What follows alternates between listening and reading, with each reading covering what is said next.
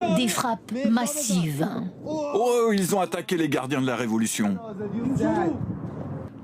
Une cinquantaine d'avions de combat israéliens impliqués dans ces bombardements. Ils ont frappé derrière aussi.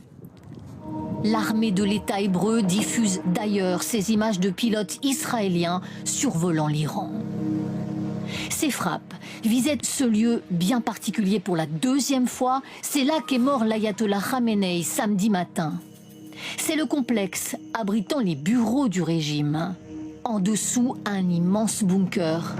L'État hébreu fournit cette animation. Selon Israël, ce réseau souterrain s'étendait sous de nombreuses rues au cœur de Téhéran.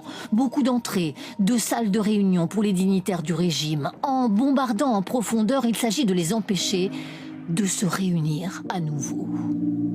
Un bunker qui était en partie sous l'hôpital Shorideh, une zone densément peuplée.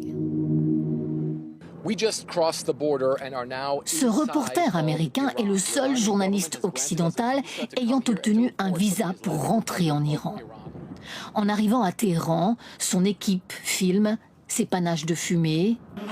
Et en ce jour de prière du vendredi, il couvre les manifestations que le régime réussit toujours à organiser.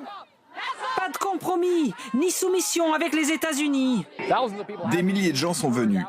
En même temps, il faut réaliser que c'est une petite partie de la société iranienne. Mais cela montre que le gouvernement ici est encore capable de mobiliser massivement.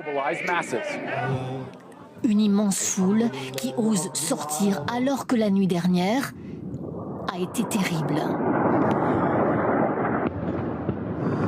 L'un de nos contacts filme ces bombardements. Terrorisé. Sa respiration est saccadée.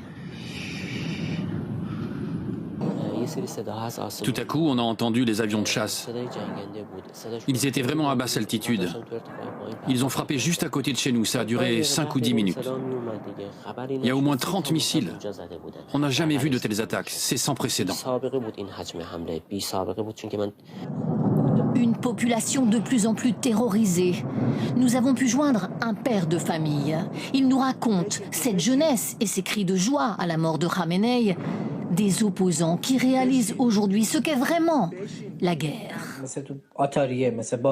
Ils pensaient que la guerre, c'était comme un jeu vidéo. Et petit à petit, ils comprennent que soudain, une rue entière peut être détruite.